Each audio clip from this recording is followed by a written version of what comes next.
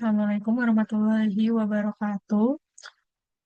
Yang saya hormati Bapak Joko Suharyanto selaku dosen mata kuliah Perekonomian Indonesia dan teman-teman yang saya banggakan. Perkenalkan, nama saya Yuni Sri Sundari.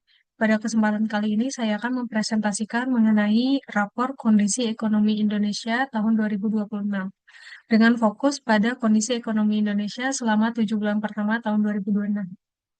Materi ini mengacu pada laporan CNBC Indonesia Research dengan judul 7 bulan sudah berlalu, begini rapor kondisi ekonomi RI, serta beberapa data pendukung dari BPS, BI, Kementerian Ketenagakerjaan, dan Pasar Keuangan.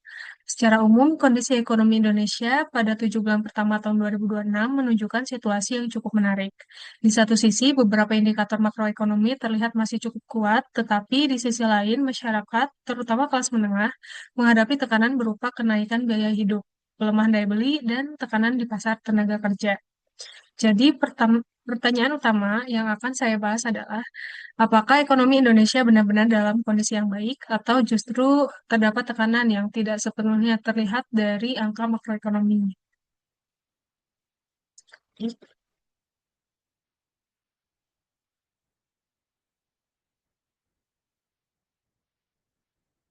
Selama 7 bulan pertama tahun 2026, perekonomian Indonesia menghadapi dua jenis tekanan, yaitu faktor eksternal dan faktor internal.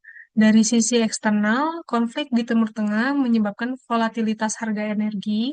Kondisi ini kemudian dapat memengaruhi biaya transportasi, logistik, dan harga berbagai barang. Selain itu, terdapat kondisi suku bunga global yang masih relatif tinggi. Hal ini dapat memengaruhi arus modal ke negara berkembang seperti Indonesia. Dari sisi internal, tantangan yang terlihat adalah pelemahan nilai tukar rupiah dan ketidakpastian yang kemudian memberikan tekanan terhadap pasar modal. Yang menarik adalah adanya polarisasi kondisi ekonomi. Artinya, angka makroekonomi Indonesia terlihat relatif baik, tetapi indikator yang berkaitan langsung dengan masyarakat justru menunjukkan tekanan. Jadi, pertumbuhan ekonomi yang tinggi belum tentu secara otomatis berarti seluruh masyarakat merasakan kondisi ekonomi yang sama.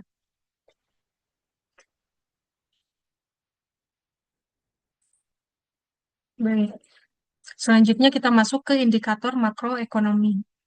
Pada kuartal pertama tahun 2026, ekonomi Indonesia tumbuh sebesar 5,61% secara year on year.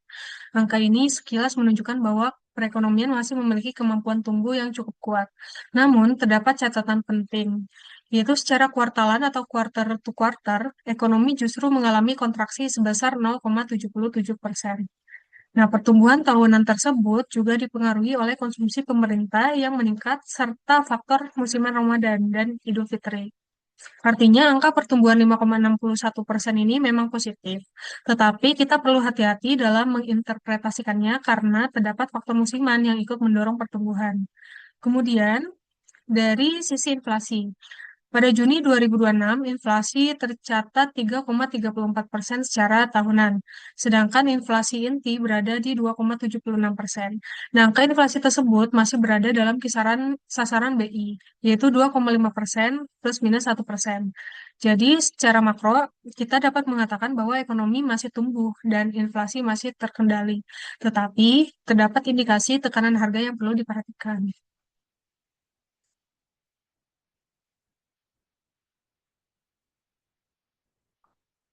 Selanjutnya adalah kondisi nilai tukar rupiah.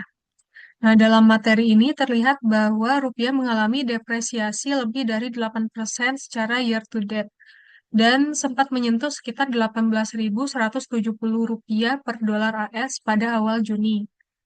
Pelemahan rupiah penting untuk diperhatikan karena Indonesia masih memiliki ketergantungan terhadap barang dan bahan baku impor. Nah, ketika rupiah melemah, harga barang impor menjadi lebih mahal dalam rupiah. Kondisi tersebut dapat meningkatkan biaya produksi perusahaan dan pada akhirnya dapat diteruskan kepada konsumen dalam bentuk kenaikan harga. Inilah yang disebut sebagai imported inflation atau tekanan inflasi yang berasal dari kenaikan harga barang atau biaya yang dipengaruhi oleh kondisi eksternal dan nilai tukar. Oleh karena itu, stabilitas rupiah menjadi sangat penting, bukan hanya bagi pasar keuangan, tetapi juga bagi masyarakat karena berkaitan dengan harga barang dan biaya hidup.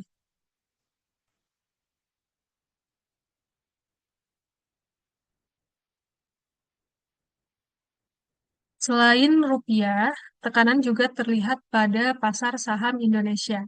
IHSG pada akhir 2025 berada di sekitar 8.646.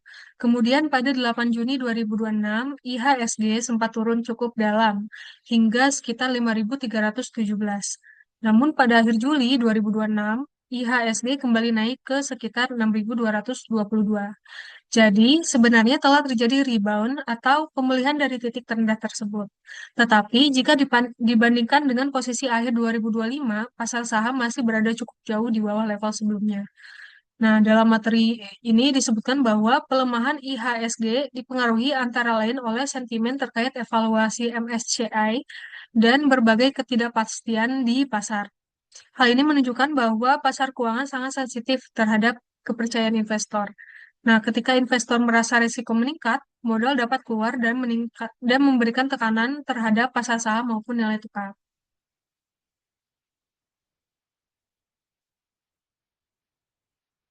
Nah, sekarang kita masuk ke bagian yang menurut saya paling penting, yaitu kondisi masyarakat sebagai konsumen. Di sini dikenal istilah Indeks Keyakinan Konsumen atau IKK yang berada di angka 117,8, turun dari sekitar 127 pada awal tahun. Walaupun angka 117,8 masih menunjukkan optimisme konsumen, tren penurunannya perlu diperhatikan. Di sini ditunjukkan bahwa sekitar 73% pendapatan digunakan untuk konsumsi utama, sekitar 17% untuk tabungan, dan 10% untuk cicilan serta kebutuhan lainnya. Artinya, sebagian besar pendapatan masyarakat digunakan untuk memenuhi kebutuhan konsumsi. Nah, ketika harga kebutuhan meningkat, masyarakat akan memiliki ruang yang semakin kecil untuk menabung untuk atau memenuhi kebutuhan lainnya. Dalam kondisi seperti ini, masyarakat mungkin tetap melakukan konsumsi, tetapi bukan berarti kondisi ekonominya semakin baik. Bisa saja konsumsi tersebut tetap dilakukan karena kebutuhan pokok memang harus dipenuhi.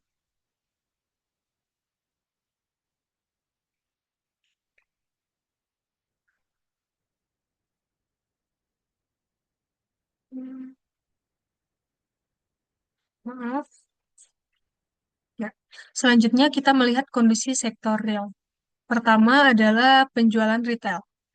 Dalam materi, penjualan retail disebut mengalami kontraksi sebesar 3,9% year on year pada Mei, berbalik dari ekspansi sebelumnya.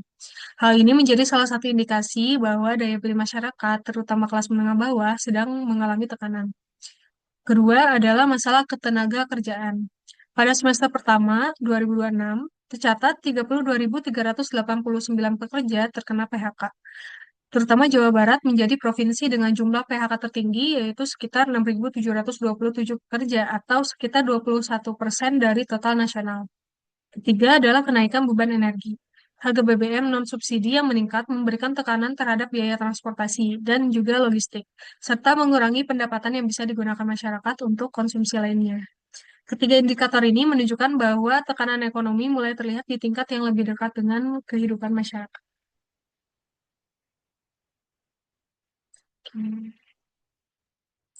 Nah, dari berbagai data tadi, kita sampai pada bagian analisis utama, yaitu makro versus mikro.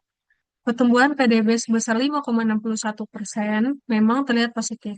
Namun, di balik angka tersebut terdapat tekanan pada daya beli kelas menengah. Tekanan tersebut berasal dari beberapa faktor yang saling berkaitan.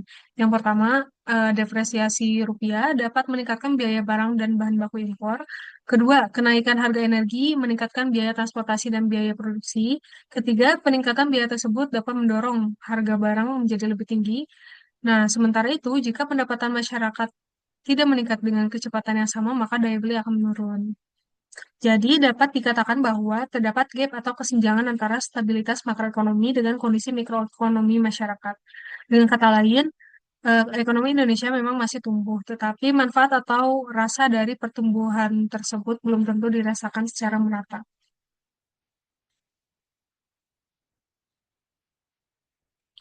Nah, berdasarkan kondisi tersebut, materi memberikan beberapa rekomendasi kebijakan. Yang pertama adalah stabilitas nilai tukar.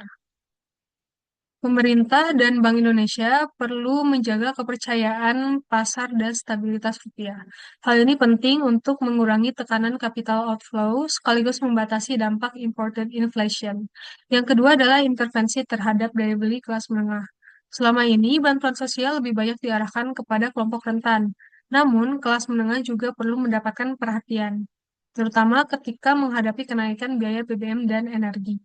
Salah satu pendekatannya dapat berupa relaksasi pajak atau subsidi yang lebih terarah. Yang ketiga adalah mewaspadai data kuartal 2.